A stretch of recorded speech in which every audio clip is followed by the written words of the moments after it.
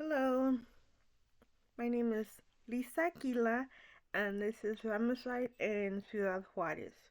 Human Rights in Latin America, Social Work 463, Cal State University, Chico.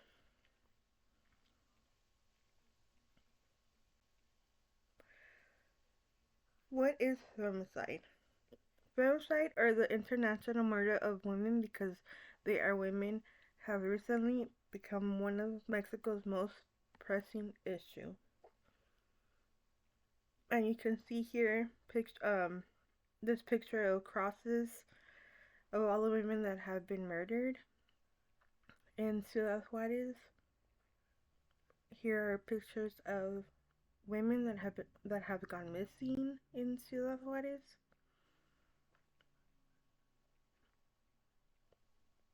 The North American Free Trade Agreement went into effect in 1994. After NAFTA established tariff-freedom zones between the U.S. and Mexico, a large number of U.S.-owned maquiladoras were constructed on the Mexican side of the border. And here you see a picture of people going to work at a maquiladora, which is common in Mexico.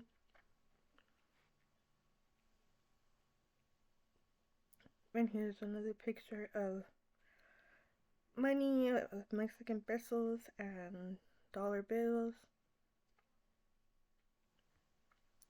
Maquiladoras or maquilas are large assembly plants that wealthy international companies own. They hire cheap labor to put together products using imported materials.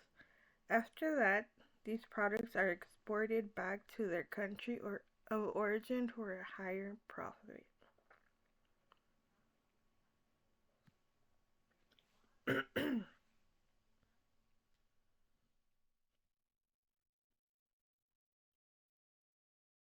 And then we have another picture here of a Mexican woman working in the maquiladora, which is common. Women are mostly hired at these maquiladoras for lower wages. NAFTA had a significant impact on both the U.S. and Mexican economies. Local factories in Mexico struggled to compete, forcing many workers to leave their homes searching for jobs in maquiladoras. Because NAFTA made it hard for southern peasants who lost their land to support themselves, many migrated north to Mexico to survive. And this is common practice. A lot of people migrate to the north where there's a lot of maquiladoras where they can find jobs, where they know they'll have a secure financial stability. Juarez has become a prosperous industrial city as a result of new economic policies that have encouraged the maquiladoras factories that import materials for assembly and then re-export assembled products to become a fixed aspect of the local and national economy. This encourages many women to travel to Juarez for employment. Again, it's a common practice because there's not a lot of work in uh, small cities in Mexico, so they travel to where there's a lot of maquilas where they can work. The femicide crisis in Ciudad Juarez has emerged in the early 1990s, alongside the expansion of the maquiladora industry. Foreign-owned factories established through new liberal trade policies such as NAFTA. And here we see more women working in maquiladoras, and these are common in Mexico. A lot of U.S. companies travel to Mexico for cheap labor. The influx of multinational corporations created economic opportunities but also deepened gender inequalities. Women became the primary labor force in these factories, often subjected to unsafe working conditions, low wages, and lack of labor protections. As Juarez grew into a hub of industry and drug trafficking, weak governance, corruption, and systemic impunity allowed rampant violence against women to persist.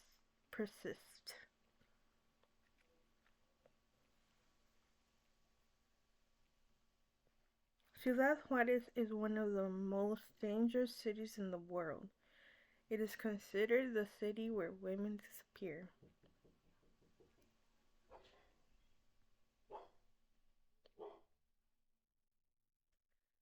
From 1993 to 2003, more than 300 women were brutally murdered in Ciudad Juarez.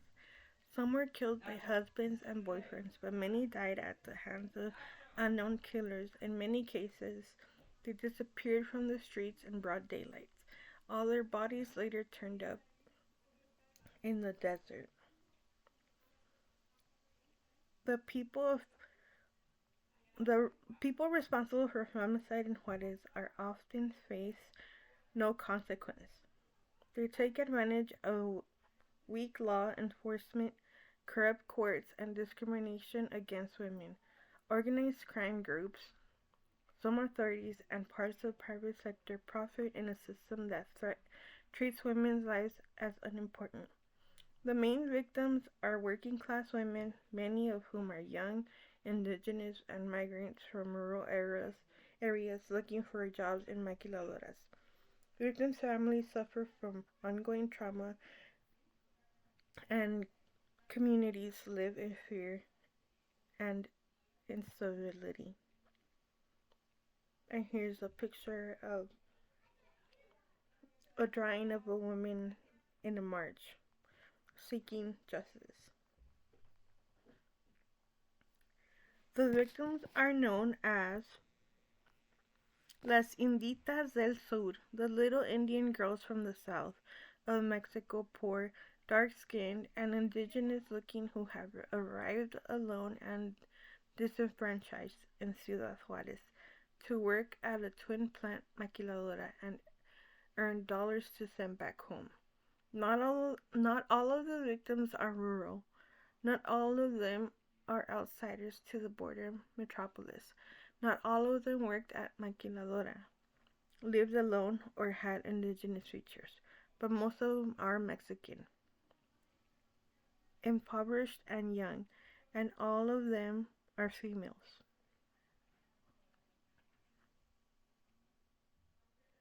And here's another picture of the missing women of Juarez.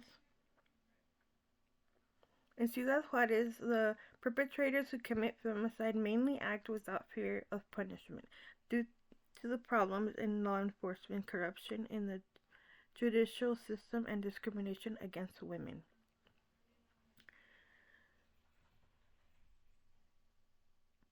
Organized crime groups, some officials, and certain businesses benefit from a situation where women's lives are seen as disposable. The primary victims are working class women, many of whom are young, indigenous, and migrants from rural areas seeking jobs in maquiladoras. Victims' families continue to suffer the trauma, and communities live in fear and instability again. And here you see a picture of women protesting, the community coming together to fight for the rights of the women in Ciudad Juarez. Women in Juarez live in constant fear, limiting their movement and opportunities. Survivors and families of victims endure long-term psychological, economic, and social trauma. Families seeking justice often face threats or neglect from authorities. And here's another picture of crosses with names of the victims of Juarez.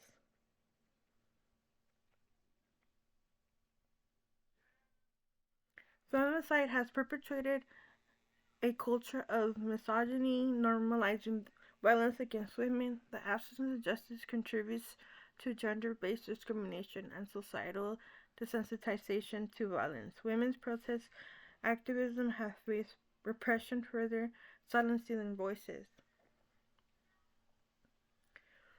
The violence has hindered economic growth by deterring foreign investment and tourism. Many women leave the workforce due to safety concerns, which affect household income and economic mobility. The government allocates sources to address crime but fails to effectively prosecute violence.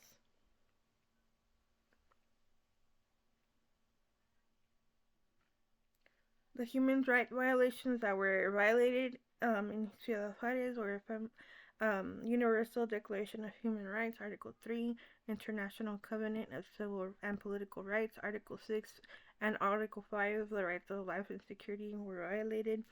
Conventions on Elimination of All Forms of Discrimination Against Women, Part 1, Article 1, 2, and 3, Part 2, Article 7, 8, and 9, Part 3, Part 4, Part 5. Human rights of freedom from discrimination and gender based violence are violated. Convention Against Torture and Cruel, Inhumane, Degrading Treatment and Punishment, Part 1 and 2. Human rights are violated. Mexico has been criticized by international bodies, including the Inter-American Court of Human Rights, which ruled in Gonzalez Cotton versus Field in Mexico that the state failed to prevent, investigate, and prosecute femicides in Juarez. Despite legal reforms, impunity remains the norm, and systemic change is slow. And here's another picture of all the victims of Juarez. The feminicide crisis in Ciudad Juarez, influenced by economic, political, and social cultural factors that undervalue women's life. Neoliberal policies, organized crime, government corruption, and deep-rooted patriarchy contribute to the ongoing violence. To tackle the crisis, Mexico government needs to make systemic changes. This includes improving enforcement and dismantling corruption and drug and human trafficking cartels, creating policies and enforcing them that focus on gender issues, and shifting cultural attitudes to challenge misogyny. It is also essential to maintain international pressure and support grassroots activism to demand justice and protect women's rights in Juarez.